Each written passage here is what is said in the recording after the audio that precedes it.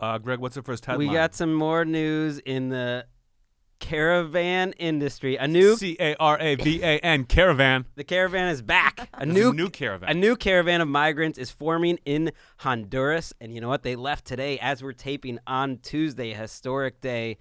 A new caravan of migrants going up through Honduras, going to Mexico, and heading to the USA. Yeah, if you're a caravan, this is like your combine. You know, it's getting from Honduras to across the border. I think it's more like getting just to the border, and then once you're there, depending on what your vertical is, they let you in. Greg and I talked about this last night. The NFL, it's a copycat league. Yeah. They saw the last caravan come in, and they were like, we need more caravans. We need more caravans, and I think that caravans could start their own league, kind of like the AFL. And then in a couple of seasons, it would be whoever the champion of the caravans. Maybe it's this one. Maybe it's Caravan. It'd be like 1. the AFL, like when they had the leverage to force the NFL to merge. That's how the NFL came to be. A little history lesson here for Tamposi. They had the leverage because they were making so much money. The caravan in a few years could be in that situation. And there are thousands of people in these caravans. One of them's got to be a Joe Namath type. You know what I mean? Who could just guarantee a win and then put it over the top. I think I'm pretty pumped. I think it's because it's a copycat league. It's like the methods that the first caravan were bringing, I think, are gonna go throughout the league. The West Coast principles, kind of the air it out principles. Like, we're gonna be aggressive and go for it. Like, we're not kicking on fourth down. We're gonna go caravan. Yeah, it's like the caravan is the new West Coast offense. You know what I mean? Everyone's gonna be trying to gain an advantage by gleaming off the caravan. I think you have to worry though about just kind of getting the last remnants of this caravan phase. It's like how everyone in the NFL is just hiring someone that knows Sean McVay or worked with Sean McVay, the Rams coach. It's like you have to be worried if you're the Honduras caravan, you're not really going to stack up to the original. It's just kind of like a copycat. I think they're going to learn from the mistakes of the first caravan, and they're going to handle the tear gas better for sure. Like, they know it's coming. I think it's going to be good. I can't wait until Madden comes out next year. The new Madden. Madden and you Caravan? Can play, Madden Caravan. And you can play as different members of the caravan trying to get across the border. That would be the best game ever. Different members of the caravan are really upset with their Madden score. They're like, no way, I shouldn't be a 79 in strength. I can carry way more than that. Yeah. And I think that the caravan would be the first team to have jerseys that had 3 digits on them. Because there's so many. You couldn't just have 2 digits. They'd be like, oh. Right. He's number 4024. Yeah. Exactly. What's the next headline? Clemson won the national championship just a week ago, it felt like, and they were already celebrating the title at the White House with old President Trump, who welcomed them with a lot of hamburgers, a lot of fast food. Because of the government shutdown, not all the employees are there. So he said he paid out of his own pocket to hook them up with some McDonald's and Wendy's and Burger King. This is the saddest, trashiest shit I've ever heard in my life. I don't know how you people are spinning this as it was a good thing. These players, they just won this a week ago? I feel like they just went from the game White House straight visit to the White House ever. I might be wrong, but I think it's totally it's a huge PR move. ESPN, I don't like to call out networks. ESPN is totally in the tank for Trump, and that their headline to the article is "Players cheer for fast food at the White House." Please. No one walked in. I heard someone say a quote was I thought they were joking when they said this, and they walk in and see all this, see a stack of filet of fish on a silver tray, and I don't believe that Trump paid for it himself. Also, but that doesn't make it better. He literally owns, a hotel down the street that has a catering company. Saying that all I could, fork out was 300 filet of fishes it does not make you look better. No. And where's Melania? Could you imagine if Obama tried to give everyone fast food, athletes fast food? You know what Michelle Obama would have done? She would have buried herself in the garden. All right. I can't believe anyone let this happen or thought it was a good look. It is completely insane.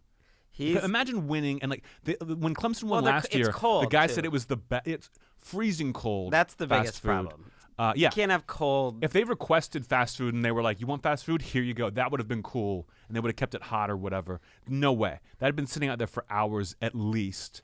And last year when they went, one of the Clemson players said they served barbecue and it was the best meal he'd had all year.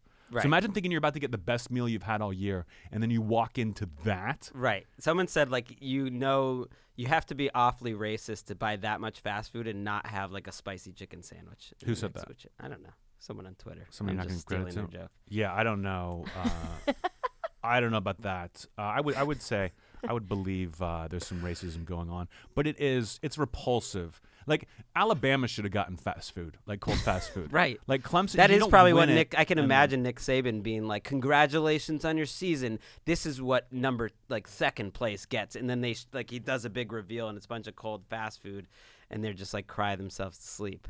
And like I feel like when teams visit the White House, I always just see them like out in the front steps doing the photo op. You know what I mean? They throw them a football or whatever, and they give a little speech. I never even heard there was like a big meal. Then why is this whole story just about what he fed them? I don't know. He says that this is the food that he likes. He couldn't pick a favorite. That part I believe. Trump is like the single dad who has no idea what he's doing in like last minute kind of just like, oh, I better buy $200 worth of fast food on the way there. I think this is more calculated. I think they thought like, oh, like the people who support us like the fact that we're we're doing fast food, the things that they eat, and that all these government workers who haven't been paid in a month have had to eat off the dollar menu, and no Sonic. They have Wendy's, Burger King, McDonald's, no Sonic. Little Popeyes would have been nice. They had French fries in presidential cups. It's the saddest, trashiest shit I've ever heard of in my life. I don't even have a joke about it. I I'm think just it's like, calculated to like make us stop talking, about the big dump that the president's taken all over America, and it worked. It's made the heights of broadcasting, the Jeselnik and Rosenthal Vanity Project. JRVP. Junior Vice President. Our next story is from something for the ladies. This next story comes from the world of the WWE. A lot of wrestlers, really the whole wrestling community, is in an uproar after a wrestler, Priscilla Kelly, took a tampon out during a match and shoved it down an opponent's throat. Yeah. This is hilarious to me that wrestlers are upset that this is like damaging the good name of professional wrestling. I understand. Listen, I've got a tremendous amount of respect for professional wrestlers. I know what they do is physically demanding, and I know wrestling is fake. But what they do is an actual sport. I do believe that. They are real athletes. This couldn't be more fake. Someone taking out a tampon and putting it down her opponent's. It wasn't like the opponent was passed out.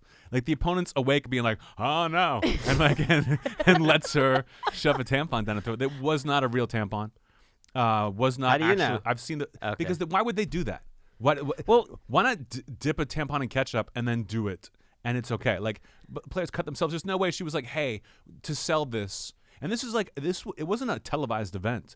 It was like a bar show, and someone took a video of it. WWE Hall of Famer Jim Ross called it embarrassing. DX legend Road Dogg Jesse James said, "This is the reason why people despise our industry. It's got nothing to do with taking life seriously. It's about dignity and personal pride." She obviously has none. Where do these wrestlers come off? And They literally are the most, like, WWE has been one of the most racist, like, sexist organizations. They're always doing stuff like, hitting each other over the head with the chair and like Gregg's cutting. a huge wrestling I'm just fan, by saying, the way. like they have a thing where you staple each other's head. Like that's somehow better. I don't know. I like that they're mad at the girl who took her tampon out and put it down the girl's throat, but no one says anything to the girl who let someone put a tampon down their throat. I thought that would be the more undignified thing. I assumed when I read this story that Jim Ross and all of the ones getting mad were like sort of part of the bit.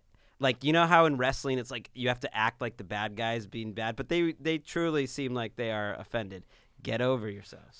Gregg, it gets even worse for women in this next headline. On Saturday, Sarah Thomas made history by becoming the first woman to officiate an NFL postseason game. Officiating a postseason game is like for a woman is like breaking the glass basement. Oh. Like, yeah, how is this getting worse for women? It's cool that because being a referee is like one of the worst jobs ever. Like I'm glad there are women referees. If you wanted to make all referees female, I'd be down with that. But why would she want this job? Being a referee is the worst job, I think, in the NFL by far. Sarah Thomas seems to do a great job. She's been doing it for a few years. This was her first playoff game. But yeah, there is something kind of funny about, like, congratulations for being the first person to hold this incredibly difficult job that doesn't have benefits, in which 70,000 people basically hate you every weekend. Yeah, the fact that she's been doing it for years and I have not heard anything about her means that she's awesome at this. Yeah. You know what I mean? Because people would love to trash a female ref, like if they do in the NBA. I feel like they were like, she shouldn't be here, and they were wrong. But this is a bad job. I would rather have a tampon stuffed down my throat than referee in the NFL.